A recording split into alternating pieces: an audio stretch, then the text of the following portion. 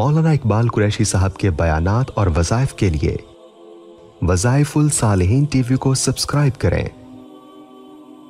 ونصلی علی رسولہ الکریم، اما بعد فاعوذ باللہ من الشیطان الرجیم، بسم اللہ الرحمن الرحیم۔ ہمارے دورہ تفسیر میں آج 30واں پارے کا آخری نصف شامل ہے۔ الحمدللہ رمضان المبارک 2020 میں ہم نے مکمل قرآن حکیم کی تفسیر کو آپ کے سامنے بیان کیا اور یوٹیوب چینل کے ذریعے ہر بندے تک تقریباً پہنچ گیا۔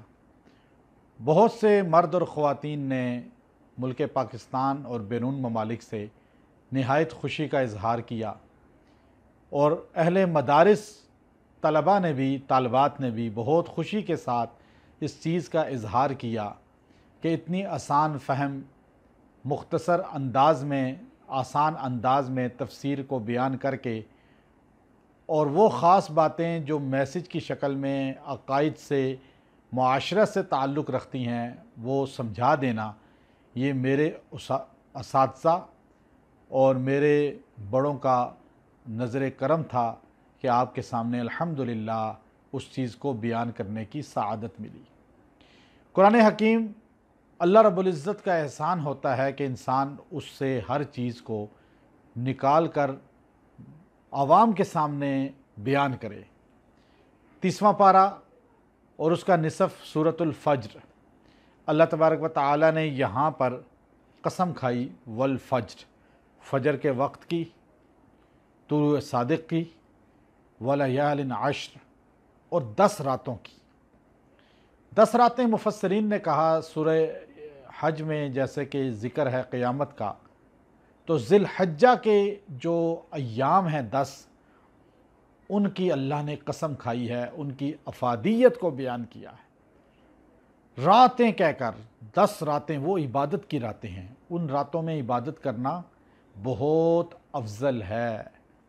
اللہ نے رات کی قسم کیوں کھائی؟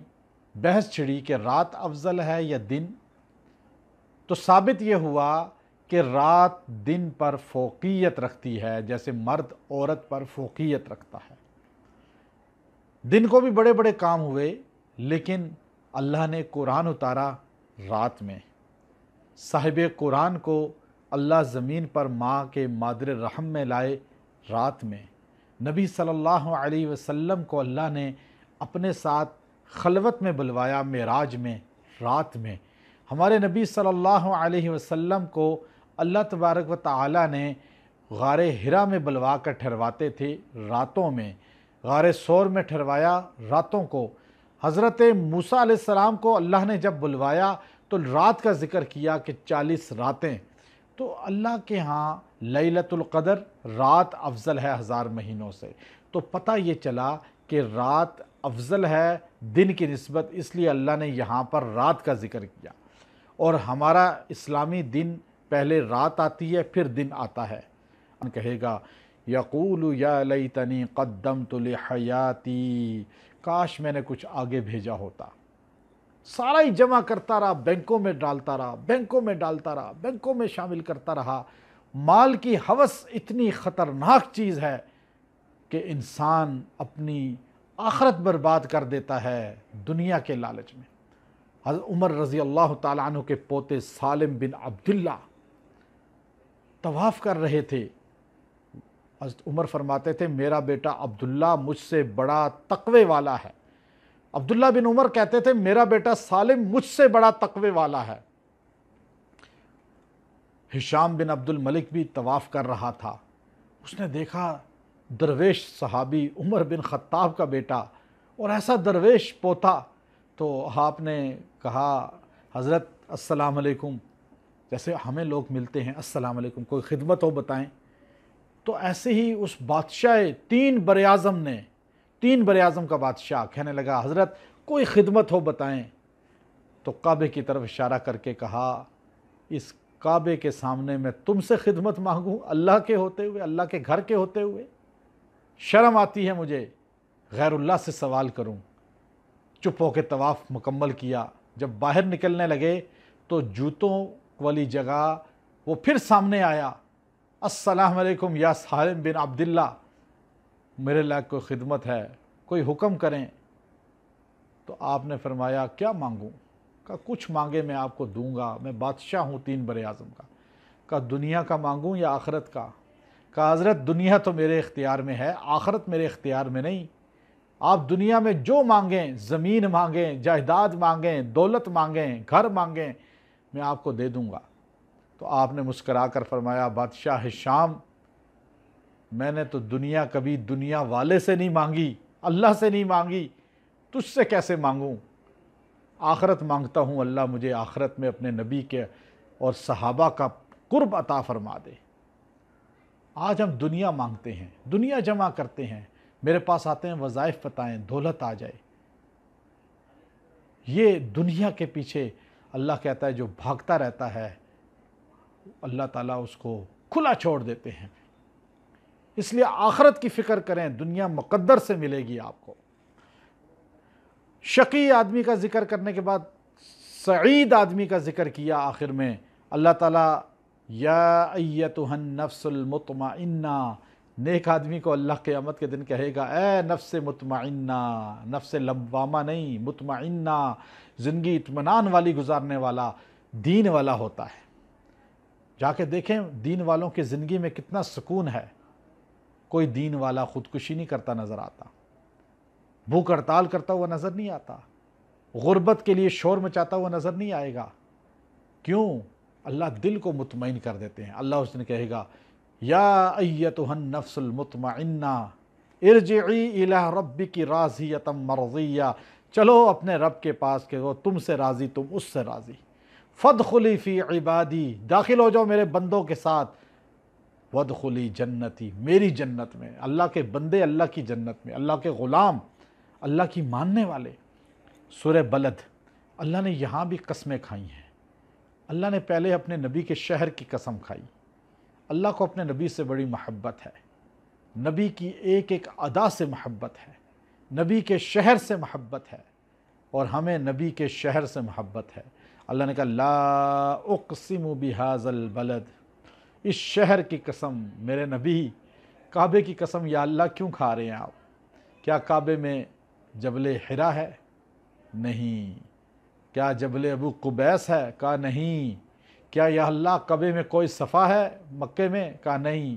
یا اللہ کعبے کی قسم آپ اس لیے کھا رہے ہیں بیت اللہ ہے وہاں پر، مکے کی قسم اس لیے کھا رہے ہیں کہ کعبہ ہے وہاں پر؟ کہا نہیں۔ کہا منی ہے، عرفات ہے، مزدلفہ ہے؟ اللہ رب العزت نے فرمایا نہیں، یا اللہ عرفات کا میدان ہے جہاں حاجیوں کے گناہ معاف ہوتے ہیں، اس لیے آپ قسم کھا رہے ہیں؟ کہا نہیں۔ کہ یا اللہ پھر کعبے کی موجودگی، منی کی موجودگی، عرفات کی موجودگی، مزدلفہ کی موجودگی اور منی کی موجودگی، جبل رحمت کی موجودگی، جبل سور کی موجودگی، جبل ابو قبیس کی موجودگی، مکہ کی قسم آپ کیا ان کی وجہ سے کھا رہے ہیں؟ اللہ نے کہا نہیں، وَأَنْتَ حِلٌّ بِهَذَا الْبَلَدِ، میں کعبے کی قسم، میں مکے کی قسم، میں مکہ مکرمہ کی قسم اس لیے کھا رہا ہوں کہ میرا نبی مکے کی گلیوں میں پھرتا ہے، وہاں پیدا ہوا ہے۔ اللہ نے فرمایا اس لیے کہ آپ اس شہر میں ہیں، آپ کعبہ ہے لیکن نبی کی وجہ سے قسم کھائی جا رہی ہے۔ اللہ نے نبی کی وجہ سے مکہ کی قسم کھائی، اور پھر اللہ نے قسمیں کھانے کے بعد فرمایا لَقَدْ خَلَقْنَا الْإِنسَانَ فِي كَبَدٍ، انسان بڑی مشقت میں پیدا ہوا ہے۔ انسان اتنی جلدی جنت میں نہیں جا سکتا، مشقت اٹھائے گا، بھوک اٹھائے گا، افلاس اٹھائے گا، جہاد کرے گا، سردی کے روزے رکھے گا، گرمی کے روزے رکھے گا، سردی میں اٹھ اٹھ کے اللہ کے سامنے روئے گا، عبادات کرے گا، پھر کبھی بیمار ہوگا، کبھی صحت یاب ہوگا، کبھی ہجرت کرے گا، کبھی خوشی ملے گی، کبھی غم ملے گا۔ اس مشقت کو اٹھا کر اللہ کو راضی کر کے جنت میں جائے گا۔ قبض یہ سب مشکل ہے، بھاگنا نہیں، ان چیزوں کو دیکھ کر دین کو چھوڑنا نہیں، اللہ کی بندگی کو نہیں چھوڑنا۔ یہ اللہ نے پہلے کہہ دیا یہ مشقت والی چیزیں ہیں، دین مشقت ہے، اور دنیا داری انسان کو عیاشی نظر آتی ہے لیکن تھوڑی ہے، ختم ہونے والی ہے۔ وَسَيُجَنَّبُهَا الْأَتْقَى، بس دور رکھا جو سب سے اتقیٰ ہے، اس کو بچا لیا اللہ نے۔ کس سے؟ یہ ابو بکر صدیق رضی اللہ عنہ کی شان میں اتری آیت۔ آپ کے پاس 18 یا 40 ہزار دینار تھے، 6 ریشم کی دکانیں تھیں، آپ نے حضور علیہ الصلاۃ والسلام کی تبلیغ اور دین کے لیے صرف کر دی۔ جب آپ نے سب کچھ خرچ کر دیا تو آپ کے والد نے آپ سے پوچھا کہ آپ نے مال کدھر چھوڑا ہے؟ وہ آپ نے ایک جگہ مٹی گٹھی کر کے پتھر رکھ کے کہا، نبینا تھے ابو قحافہ آپ کے والد، آپ نے کہا یہ پڑا ہوا ہے۔ لیکن جب ان کو کسی نے بتا دیا کہ مال تو اس نے محمد صلی اللہ علیہ وسلم پہ لگا دیا ہے، تو اللہ رب العزت نے اس پر، چونکہ آپ کے والد نے مجمع کفار میں آ کر ابو بکر صدیق کو برا کہا، ڈانٹا کہ تم نے پیسہ اس لیے خرچ کیا ہے کہ تمہیں بڑا کہا جائے، خرچ کرنے والا کہا جائے محمد صلی اللہ علیہ وسلم اور مسلمانوں پر، تو انہوں نے یوں آپ کو تانے دیے۔ تو اللہ نے قرآن نازل فرمایا، پہلا جملہ کہا وَسَيُجَنَّبُهَا الْأَتْقَى إِنَّ أَكْرَمَكُمْ عِنْدَ اللَّهِ أَتْقَاكُمْ۔ قرآن کہتا ہے تم میں سب سے متقی وہ ہے، سب سے بڑا عزت والا وہ ہے جو متقی ہے، تقوی والا ہے۔ یا اللہ، ہم میں انسانوں میں سب سے بڑا عزت والا وہ ہے جو تقوی والا ہے، تو یا اللہ تقوی والوں میں سب سے بڑا تقوی والا کون ہے؟ اللہ نے کہا اتقا۔ اتقا سے مراد یہاں ابو بکر ہیں، یعنی ساری کائنات کے تقوی والے، ساری کائنات کے ولی، ساری کائنات کے غوث، ساری کائنات کے ابدال، ساری کائنات کے شیوخ الحدیث، ساری کائنات کے اولیاء، ساری کائنات کے مومن مرد عورت انس جن، ساری کائنات کے صحابہ، ایک طرف ابو بکر صدیق کی خلافت اور آپ کی صحابیت، آپ کا تقوی ایک طرف، آپ ساروں میں سب سے بڑے متقی ہیں، یہ قرآن نے بیان کیا۔ اتقا الذی یؤتی مالہ یتزکا، جو آپ نے مال خرچ کیا ہے۔ ابو قحافہ نے کہا کہ اے بیٹے تو نے اس لیے کہ لوگ تجھے خرچ کرنے والا کہیں، لیکن اللہ عرش والا کہتا ہے ابو بکر نے مال اس لیے خرچ کیا کہ اس سے اپنی دل کا تزکیہ کرے۔ وَمَا لِأَحَدٍ عِنْدَهُ مِن نِعْمَةٍ تُجْزَى، اور یہ اللہ کی ذات پر، اللہ کے دین پر ہے۔ إِلَّا ابْتِغَاءَ کہہ کے بتا دیا وَجْهِ رَبِّهِ الْأَعْلَىٰ، اللہ کو یاد کرنے کے لیے، اللہ کو راضی کرنے کے لیے۔ وَلَسَوْفَ يَرْضَىٰ، اگلی صورت میں اللہ نے اپنے نبی سے کہا کہ میں اے نبی اتنا آپ کو دوں گا کہ آپ مجھ سے راضی ہو جائیں گے۔ اللہ کہتا ہے اپنے نبی کو وَلَسَوْفَ يُعْطِيكَ رَبُّكَ فَتَرْضَىٰ۔ یہاں سورۃ اللیل میں اللہ نے اپنے نبی کے صحابی خلیفہ بلا فصل اور خیر الخلائق بعد الانبیاء سیدنا ابو بکر صدیق کے لیے فرمایا وَلَسَوْفَ يَرْضَىٰ، اور یقیناً ان سے اللہ راضی ہو گیا، اللہ راضی ہو گیا۔ سورۃ الضحیٰ یہ سورت مکی ہے، اللہ نے اپنے نبی پر کی جامع شان کے لیے یہ بیان کیا ہے۔ ہمارے نبی کی سیرت، نعتیہ کلام اس پہ ختم ہے۔ سورۃ الضحیٰ سب سے بڑی نعت ہے ہمارے نبی کی، اس کو سورۃ الرسول بھی کہتے ہیں۔ اللہ نے کچھ دن کے لیے وحی کو منقطع کیا، 28 دن تک وحی آپ پر نہیں آئی، اس کی وجہ سورۃ الکہف میں بتا دی گئی۔ تو آپ صلی اللہ علیہ وسلم کے پاس روز آتے تھے کفار پوچھنے، جی بتائیں، آپ نے کہا وحی نہیں آئی۔ ایک دن ابو لہب کی بیوی آ کر کہنے لگی نعوذ باللہ محمد، آپ کے شیطان نعوذ باللہ رب کو شیطان کہہ کر کہ اس نے چھوڑ دیا آپ کو۔ اس وقت آپ 28 دن کے بعد آپ دیدہ ہو گئے، آنسو نکل آئے، عرش کی طرف دیکھ کے کہا اللہ مجھے برا کہتے تھے، مجھے گالیاں دیتے تھے، میں برداشت کرتا تھا، میں محمد رب کو اس طرح برے الفاظ سے یہ یاد کریں میں کیسے برداشت کروں؟ اللہ نے وحی کا نزول فرمایا، حضور کو پریشان دیکھا تو اللہ نے فرمایا وَالضُّحَىٰ وَاللَّيْلِ إِذَا سَجَىٰ وَالضُّحَىٰ، مجھے دن کی قسم، ایک روایت میں مجھے چاشت کے وقت کی قسم۔ امام رازی نے لکھا کہ اس وَالضُّحَىٰ سے مراد ہے اے نبی تیرے چہرے کی قسم، وَالضُّحَىٰ نبی کے اس حسین چہرے کی قسم، واللیل رات کی قسم۔ امام رازی نے لکھا نبی تیری زلفوں کی قسم، اذا سجا جب زلفیں تو آپ اپنی چہرے پر پھینک لیتا ہے۔ چہرے پہ ڈال لیتا ہے، نبی کی زلفوں کی قسم، نبی کے چہرے کی قسم۔ اور اللہ نے کہیں قرآن میں حضور علیہ الصلوۃ والسلام شفتین، ہونٹوں کی قسم کھائی، لعمرک نبی کی جان کی قسم کھائی، لا اقسم بہذا البلد نبی کے شہر کی قسم کھائی، اور اللہ نے نبی کی ایک ایک ادا کی قسم کھائی، اور پھر فلا وربک نبی کو اللہ کی قسم کھا کر بتایا کہ آپ میرے محبوب ہیں۔ ما ودعک ربک، آپ کو چھوڑا نہیں آپ کے رب نے، وما قلا، اور نہ آپ سے جدا ہوا، نہ آپ کو برا سمجھا، آپ کے رب نے آپ کو چھوڑا بھی نہیں۔ آپ کیوں اس دل پہ لیتے ہیں کہ کافر جھوٹ بولتے ہیں؟ وَلَلْآخِرَةُ خَيْرٌ لَكَ مِنَ الْأُولَىٰ، اتنی بڑی بات، میرے نبی آپ پریشان نہ ہوں، آپ کا بعد پہلے سے ہر بات بہتر ہوگا۔ ہم بوڑھوں سے پوچھتے ہیں آپ کا زمانہ بہتر ہے یا پچھلا زمانہ، ابھی کا زمانہ بہتر ہے یا سابقہ جو گزر گیا زمانہ؟ تو بوڑھے بتاتے ہیں ہماری جوانی کا زمانہ اچھا تھا، ادب تھا، قدریں تھیں، سکون تھا، اب زمانہ برا ہے۔ ہم اپنے بچوں کو بتاتے ہیں یہ زمانہ صحیح نہیں لگ رہا، ہمارا زمانہ بڑا اچھا تھا، صاف ماحول تھا، دھوکہ نہیں تھا، ملاوٹ نہیں تھی، خالص چیزیں ملتی تھیں۔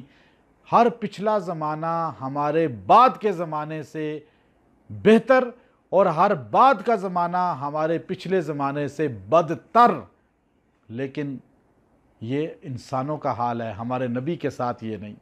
ہمارے نبی کی اللہ نے شان رکھی، وَلَلْآخِرَةُ خَيْرٌ لَكَ مِنَ الْأُولَىٰ، میرے نبی آپ کے بعد کا زمانہ ہر پچھلے زمانے سے افضل ہے۔ میرے نبی آپ کی پیدائش آپ کی نا پیدائش ہونے سے بہتر ہے۔ میرے نبی آپ کی پیدائش کے بعد دائی حلیمہ کی گود آپ کی ماں کی گود سے بہتر ہوئی۔ آپ کی دائی حلیمہ کی گود، پھر آپ کی بہن شیمہ کی گود اس دائی حلیمہ کی گود سے بہتر ہوئی۔ پھر آپ کا سینہ کا شق ہونا آپ کا اس طرح لیٹے رہنا سے بہتر ہوا۔ پھر آپ کو آپ کے چچا لے کر گئے اور پھر آپ کو شام کے سفر پہ روانہ کیا، وہ زمانہ پچھلے زمانے سے بہتر۔ پھر آپ حجر اسود کو نصب کر رہے ہیں، وہ زمانہ آپ کی بچپن کے زمانے سے بہتر۔ آپ کا بچپن آپ کی پیدائش سے بہتر، آپ کی جوانی آپ کے بچپن سے بہتر۔ پھر اس کے بعد آپ کے مکے کی زندگی، غار ہرا کی زندگی اس سے بہتر۔ پھر آپ کا تنہائی میں عبادت کرنے سے آپ کو نبوت کا ملنا وہ بہتر۔ پھر آپ کا نبوت کا اعلان کوئی صفحہ پہ کرنا آپ کا گھر میں لیٹے رہنے سے بہتر، کوئی صفحہ پہ پتھر کھا کر تبلیغ کرنا اس سے بہتر مکے کی تبلیغ کرنا۔ پھر اس سے بہتر طائف مکہ کی اور طائف کی تبلیغ پہ سفر پہ نکلنا، اس سے بہتر کعبے کے اندر کھڑے ہو کے تبلیغ کرنا۔ کعبے کی تبلیغ سے بہتر آپ کا براق پہ سوار ہونا، براق پہ سوار ہونے سے بہتر آپ کا بیت المقدس میں نبیوں کی امامت کرنا، بیت المقدس میں نبیوں کی امامت کرنے سے بہتر آپ کا ساتوں آسمانوں کی سیر کرنا،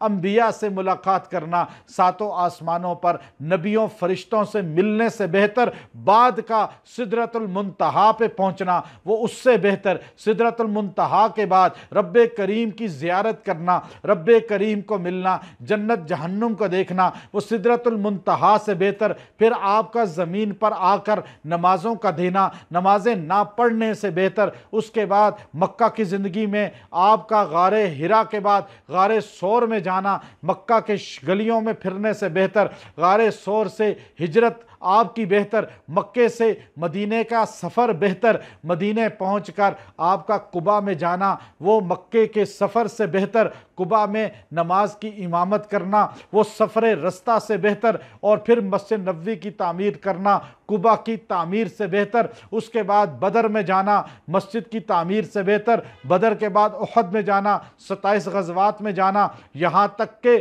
آپ کا زمین پر جہاد کرنا اس سارے سے آپ کا روزہ اطہر کو جنت قرار دینا وہ بہتر، اس کے بعد آپ کا براق کے سواری سے بہتر سیدہ عائشہ کی گود ہے، سیدہ عائشہ کے بعد حجرہ عائشہ میں آپ کا روزہ بننا بہتر، حجرے سے زیادہ آپ کا نمودار ہو کر روز محشر اونٹنی پر سوار ہو کر میدان محشر میں جانا بہتر، میدان محشر کے بعد مقام محمود بہتر، مقام محمود پر رب کریم کی ملاقات بہتر۔ وَلَلْآخِرَةُ خَيْرٌ لَكَ مِنَ الْأُولَىٰ۔ پھر ہمیں اللہ نے کہا عبادت کرو، تمہیں یہ صلہ ملے گا، یہ نیکی ملے گی۔ ہم نیکی کرتے ہیں اللہ راضی ہو جائے، اللہ ہمیں دے دے۔ انبیاء، اولیاء، اتقیاء، صحابہ، اللہ نے اپنے نبی سے کہا میرے نبی آپ کو میں اتنا دوں گا کہ آپ مجھ سے راضی ہو جائیں گے۔ ہم عبادت کرتے ہیں غوث، قطب، ابدال، اللہ راضی ہو جائے۔ آپ پوچھئے بخاری سے آپ کیوں دھکے کھا رہے ہیں، آپ پوچھئے ابو حنیفہ سے آپ کیوں جیل کاٹ رہے ہیں، آپ پوچھئے امام احمد بن حنبل سے آپ جیل میں کیوں ماریں کھا رہے ہیں بادشاہوں کے سامنے کلمہ حق کہہ کر، آپ پوچھئے امام شافعی سے کیوں آپ کو دھکے دیے جا رہے ہیں اور آپ پھر بھی دین کی تبلیغ کر رہے ہیں، آپ پوچھئے ابن تیمیہ سے کہ آپ کو کیوں جیل میں اس طرح قید کر دیا گیا، آپ پوچھئے وقت کے مجدد الف ثانی سے آپ نے کیوں کلمہ حق کہا اور جیل کاٹی، آپ پوچھئے مولانا قاسم نانوتوی سے، مولانا رشید گنگوئی سے، انگریز کے مظالم اٹھا کر بھی آپ نے مدرسہ دیوبند کی کیوں بنیاد رکھی، اور آپ پھر عطا اللہ شاہ بخاری سے پوچھئے، انور شاہ کشمیری سے پوچھئے، ختم نبوت کے لیے آپ رسول اللہ صلی اللہ علیہ وسلم کے دفاع کے لیے قادیانیت کے مقابلے پر مرزا قادیانی کو کافر کہہ کر اور لوگوں کو یہ ثابت کرنے کے لیے کہ حضور کے بعد کوئی نبی نہیں، اپنی جان ہتھیلی پر لے کر نکلے ہیں، اور یہ سارے آپ کو بتائیں گے اس لیے کہ اللہ ہم سے راضی ہو جائے، اور یہ سارے اللہ کو راضی کرنے کے لیے کام کر رہے ہیں، اور اللہ اپنے نبی سے کہہ رہا ہے وَلَسَوْفَ يُؤْتِيكَ رَبُّكَ فَتَرْضَىٰ، نبی تجھے اتنا دوں گا کہ تو مجھ سے راضی ہو جائے گا۔ اللہ اکبر، کیا شان ہے۔ پھر اس کے بعد اپنے نبی کی اللہ نے کچھ چیزیں بتائیں کہ یا میرے نبی آپ یتیم پیدا ہوئے، آپ کو نبوت میں نے دی، اور اس کے بعد سورہ علم نشرح اللہ رب العزت نے حضور سے فرمایا آپ سے بوجھ ہم نے ہٹا دیا، آپ سے ہم نے وزن ہٹا دیا جو نبوت کا بوجھ تھا، اور پھر ایک جملہ کا وَرَفَعْنَا لَكَ ذِكْرَكَ، میرے نبی آپ کا ذکر اتنا بلند کیا کہ کوئی جگہ نہیں جہاں نبی کا ذکر نہ ہو، کلمہ میں، نمازوں میں، اذان میں ہے، نام الہی سے ملا نام محمد، کہتے تھے یہ آدم کہ مجھے خلد بری میں، کہتے تھے یہ آدم کہ مجھے خلد بری میں، لکھا ہوا طوبہ پہ ملا نام محمد، اس نام کی عظمت دل عشاق سے پوچھو، جاں آ گئی تن میں جو لیا نام محمد صلی اللہ علیہ وسلم۔ اللہ نے اتنا بلند کیا، عبادت مکمل نہیں ہوتی، کوئی ریاضت مکمل نہیں ہوتی، درود مکمل نہیں ہوتا، اذان مکمل نہیں ہوتی، نماز مکمل نہیں ہوتی، کوئی عبادت مکمل نہیں ہوتی جب تک اللہ کے نام کے ساتھ محمد صلی اللہ علیہ وسلم کا نام نہ ہو۔ اللہ نے کہا وَرَفَعْنَا لَكَ ذِكْرَكَ، آپ کا نام ہی بلند ہو گیا میرے نبی، آپ قیامت تک بلند ہیں، آپ کا نام بلند ہے، آپ کی شان بلند ہے۔ اور اللہ نے کہا فَإِذَا فَرَغْتَ فَانْصَبْ وَإِلَىٰ رَبِّكَ فَارْغَب، بس ڈٹ کے اللہ کی عبادت کریں۔ سورہ والتین والزیتون، اللہ نے قسمیں کھائیں تین کی، یہ شفا والی چیزیں ہیں، انجیر، زیتون، یہ شفا ہے، ان میں شفا رکھی ہے اللہ نے، طور سینا، شہر مکہ، لَقَدْ خَلَقْنَا الْإِنسَانَ فِي أَحْسَنِ تَقْوِيمٍ، ہم نے انسان کو سب سے حسین پیدا کیا، سورج، چاند، ستاروں سے بھی زیادہ۔ آمش فرماتے ہیں رحمۃ اللہ علیہ، ایک بادشاہ نے اپنی بیوی کو کہا کہ اگر تو چاند سے بھی خوبصورت نہیں ہے تو تجھے طلاق۔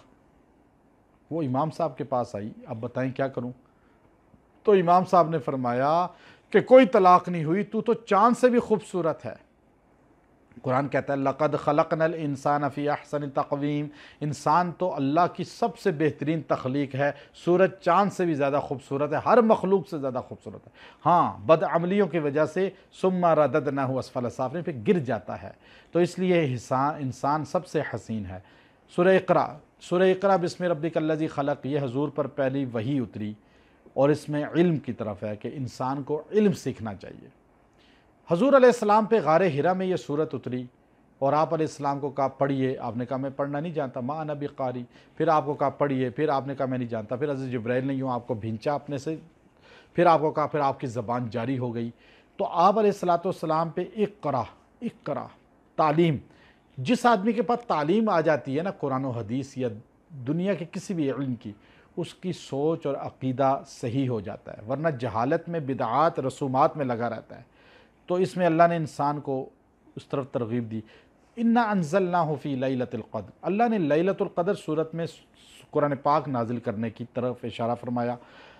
قرآن پاک 2 بار نازل ہوا ہے، یاد رکھیں۔